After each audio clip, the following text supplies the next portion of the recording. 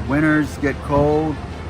It's really, it's the people of Baltimore are real cool, man. They really got heart. You know, they look out for you, and they're really, you know, people who got heart. They really look out, man. I wouldn't have made it this far in any other city, I don't think. I got a lot of love for Baltimore, you know. That's In the heart of a city once called Charm City, people now quietly hang life-saving medicine on trees, a symbol of fragile hope. This is Baltimore, Maryland, a place facing one of America's most severe public health crises. There are no sirens, no spotlights, only the silent fates of those being left behind. But within this bleak picture, there is still light. Those who have fallen are trying to stand up. Young people are renovating abandoned houses. A father who once wrestled with his past now walks his child to school every morning. This is not just a story about a city. It is a reminder that when society turns its back, compassion is the only thing that can hold people together. Number 1. Why Baltimore became America's overdose capital. Baltimore, Maryland, a city once famous for its historic harbor, is now known by a heartbreaking title, America's overdose capital. Not because it has the most addicts, but because its death rate from overdose is higher than almost anywhere else in the nation. According to the Maryland Department of Health in 2023 alone, the city lost 1,043 lives to drug overdoses. The primary cause is the explosion of new generation synthetic opioids with a potency so strong it's unpredictable. Unlike traditional drugs, these substances require only a minuscule amount, sometimes just a few grains of salt, to cause respiratory arrest. They are often secretly mixed into other substances, turning each use into a deadly gamble the user is completely unaware of. Baltimore was not the first place to see these deadly compounds, but the intersection of persistent poverty, decaying infrastructure, and a lack of community health and psychological services has turned it into a hot spot. In many neighborhoods, vacant houses have become secret gathering places. In some parks, residents even hang Narcan, the opioid overdose reversal drug, on trees as makeshift life-saving stations. Recently, a fragile glimmer of hope has appeared as preliminary data for 2024 shows that fatalities are sharply declining. However, experts warn that this remains a silent epidemic because synthetic drugs are cheaper and more accessible than ever, while the support system for users remains critically inadequate. Facing this challenge, many community organizations have stepped up distributing free Narcan, providing clean syringes, and offering addiction support.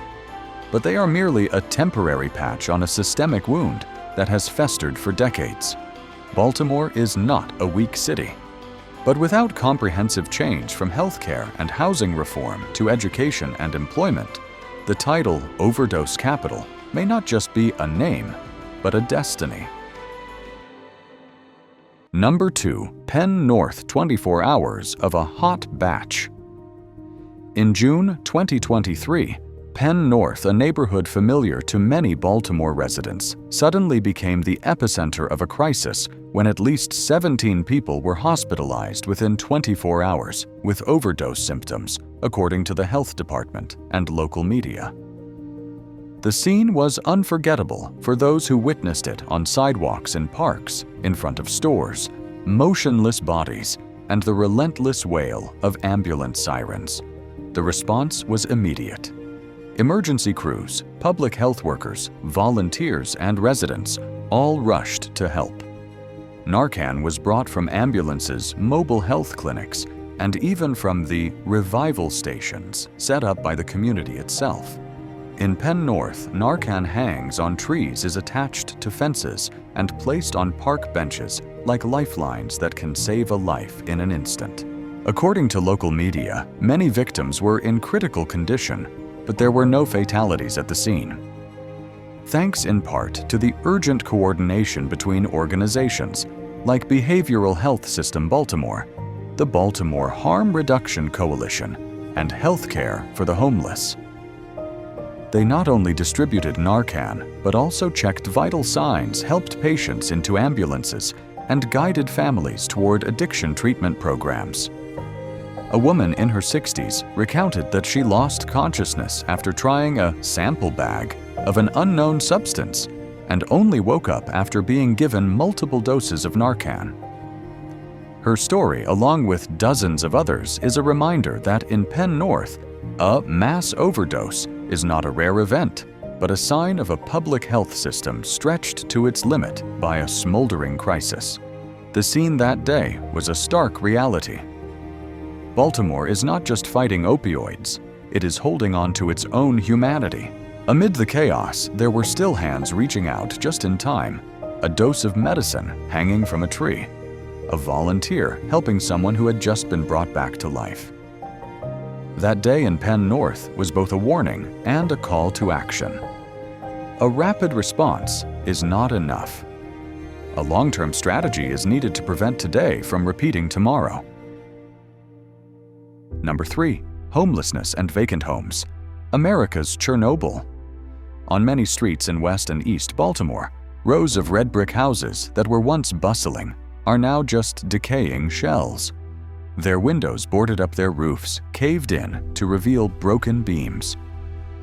According to the Baltimore Sun, in 2023, the city has over 15,000 vacant homes, mostly concentrated in these two areas.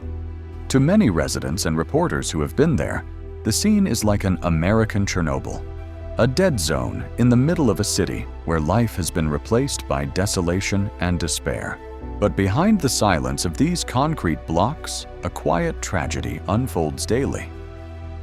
Data from the Baltimore Police Department shows that a majority of serious overdoses occur inside these vacant homes. They become shelters for the homeless and gathering spots for those seeking to use drugs undetected. Yet this very privacy turns these houses into deadly traps. When someone overdoses, no one is there to find them in time to save them. Marcus, 42, who was homeless for 3 winters in a row of vacant houses on North Avenue, shared, "Every season I saw someone die right near the door where I was staying. Some nights the temperature dropped below freezing and they'd just wrap themselves in a blanket, and the next morning they'd never wake up. Other times someone would collapse just a few feet from me, but by the time I found them, it was too late." For many like Marcus, vacant houses are both the only shelter and a source of haunting memories. He recounted how in winter, the cold seeped through every cracked wall and the wind howled through the city's abandoned spaces. By day, the doorways became passages for people looking for a place to inject. By night, the light from candles or makeshift stoves flickered on the damp walls, reflecting the shadows of people huddled against the cold or the cravings of addiction. Social organizations like Baltimore Homeless Services have repeatedly called on the city to accelerate plans to demolish or renovate vacant houses while building temporary shelters and addiction centers. However, limited budgets and complex legal processes leave thousands of homes standing empty, a living testament to the failure of an entire system. In Baltimore, each vacant house is not just a remnant of economic decline and mass migration, but a symbol of the dual crises, homelessness and drugs, that are tightening their grip on the city every day. Number 4. When the community becomes the first responder. In Baltimore, the overdose numbers aren't just recorded in reports. They are etched into every shift of its healthcare workers. According to data from EMS Baltimore, the average ambulance response time for an emergency call ranges from 6 to 10 minutes. On paper, this is an acceptable figure, but the reality is far more complex. During peak hours, or when multiple overdoses occur simultaneously, the system becomes so overwhelmed that some calls are delayed or even missed. And with synthetic opioids 50 times stronger than heroin, a few minutes delay can be the line between life and death. A nurse at a methadone clinic in Baltimore, who wished to remain anonymous, shared, "Some days we get reports of 3 to 4 overdoses at different locations at the same time. Each one needs immediate help, but there aren't enough ambulances, not enough staff. We have to guide callers over the phone on how to use Narcan and hope they can save the victim before we get there." Narcan, the opioid reversal drug, is distributed for free by organizations like Behavioral Health System Baltimore. But in many neighborhoods, residents have learned to stock it and use it on each other, turning it into a form of community emergency response.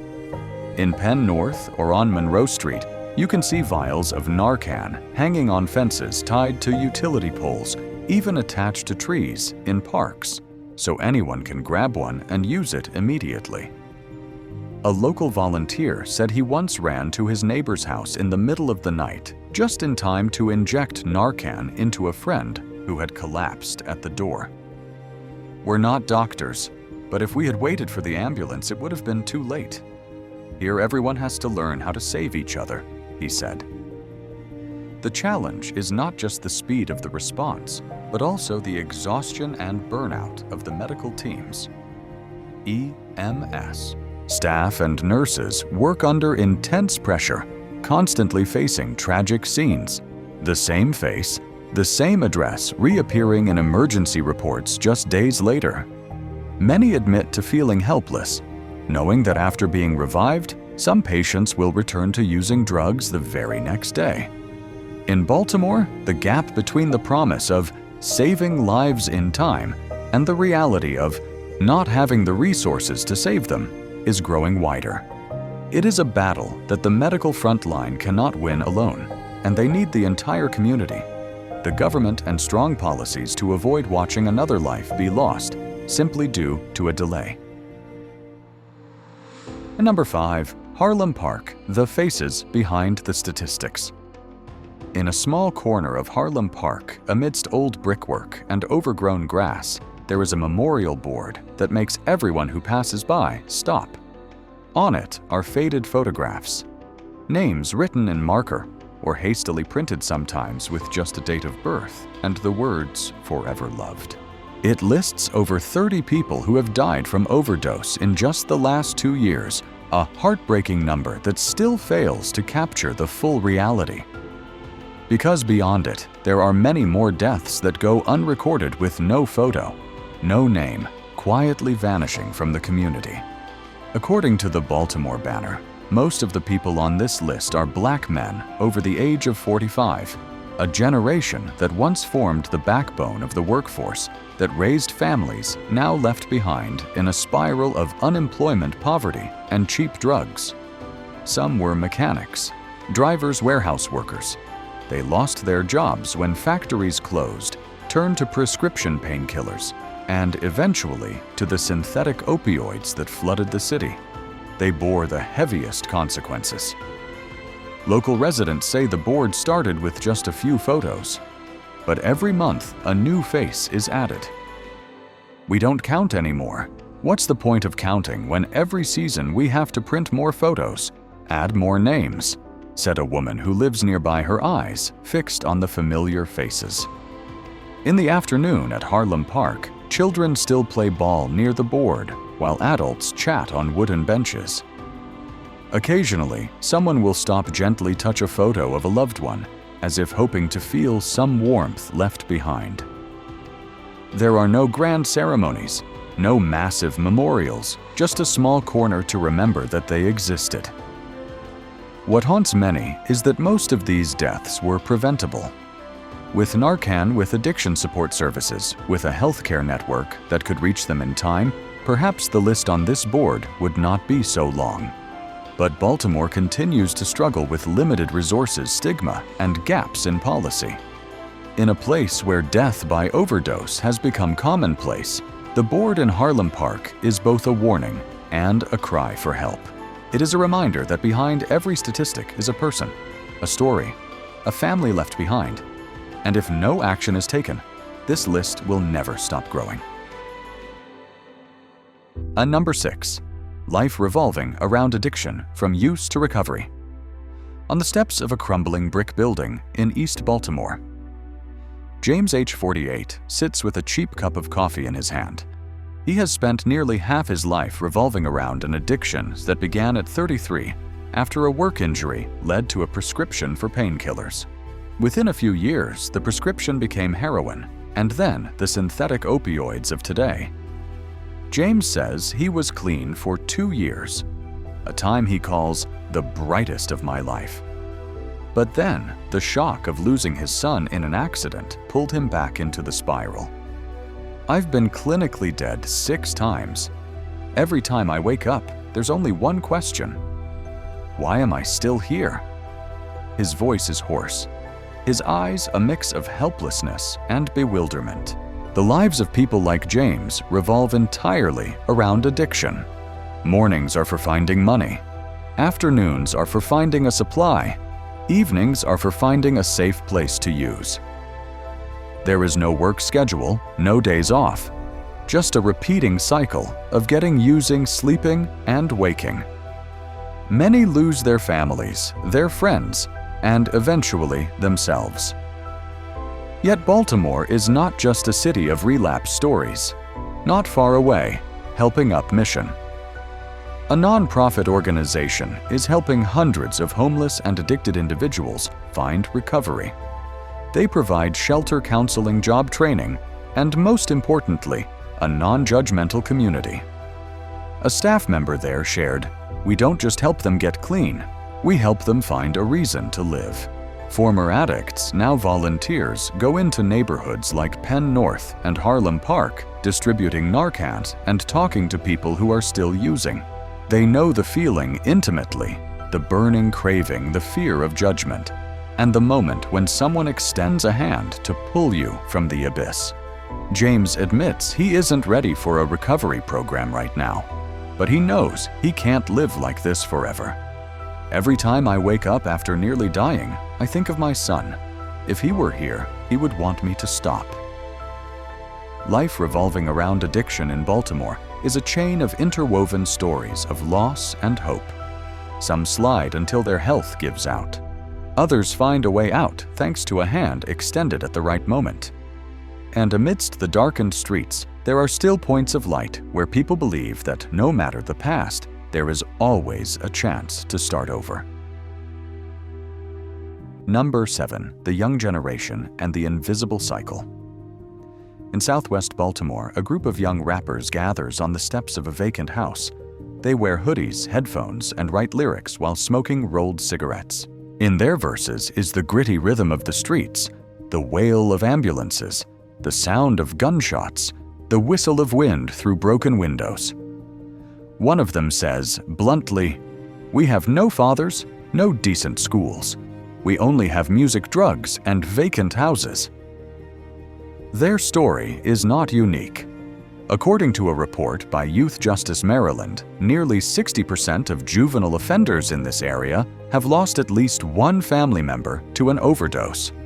Early loss forces these children to grow up in an environment where death is not a surprise, but an expectation. When role models are absent, the void is often filled by gangs, guns, and drug dealing. A 19-year-old clutching a cheap microphone told me, "People ask why we carry guns. Because out here no one teaches us how to live. No one teaches us how to solve problems without shooting each other." His voice was calm, as if he were talking about an everyday matter. The schools here are dilapidated classrooms, lack teachers, and extracurricular activities have all but vanished. Without safe spaces or positive role models, music and the streets become the main curriculum for an entire generation. Their raps are not just laments but diaries chronicling friends getting arrested, neighbors dying from overdose, or spending a winter night in a vacant house listening to gunshots echo outside. And yet, amidst the gray reality, music also offers them a lifeline. Some young rappers have found their way to community programs, free recording studios, or songwriting workshops organized by nonprofits.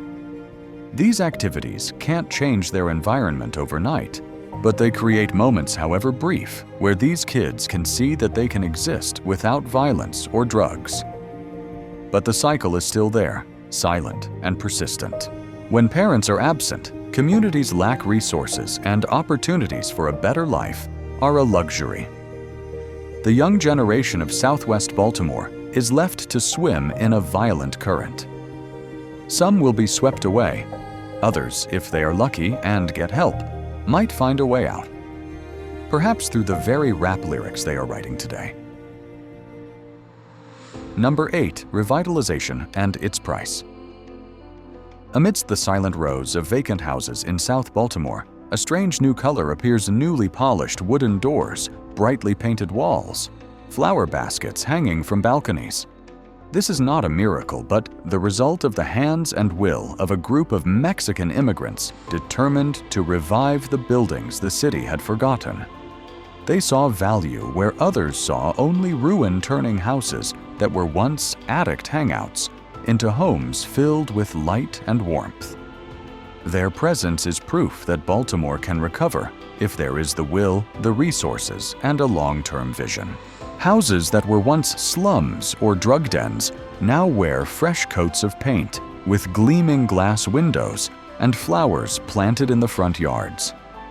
Children in the neighborhood have started playing on sidewalks that were once littered with needles and trash.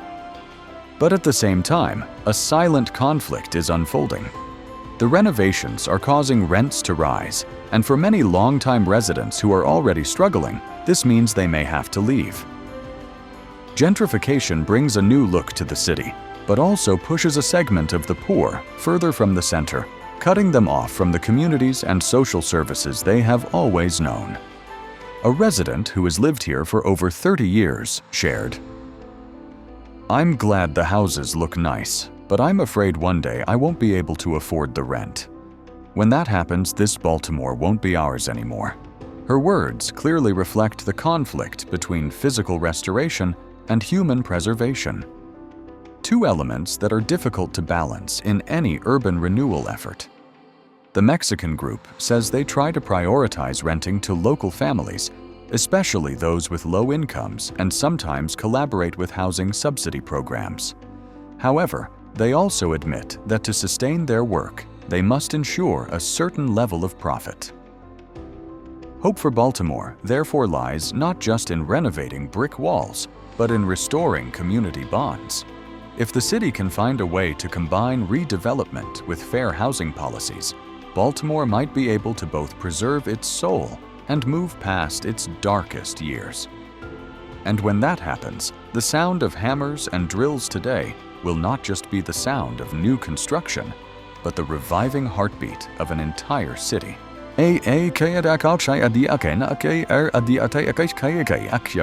Baltimore today is a picture of stark contrasts. On one side, desolate streets where death by overdose has become a daily reality. On the other, the quiet but persistent efforts to revive the community. This city needs more than just Narcan new roofs or memorial boards. It needs a fundamental change from its healthcare and education systems to the restoration of faith and opportunity for its people. Though the darkness is still thick, small lights continue to flicker from the hands of those renovating homes, from aid organizations, and from individuals determined to escape addiction. If you believe these stories need to be told more so the world can know and act, please like this video and subscribe to the NVL Travel Documentary channel so we can continue to take you to places few dare to enter, but none can afford to ignore.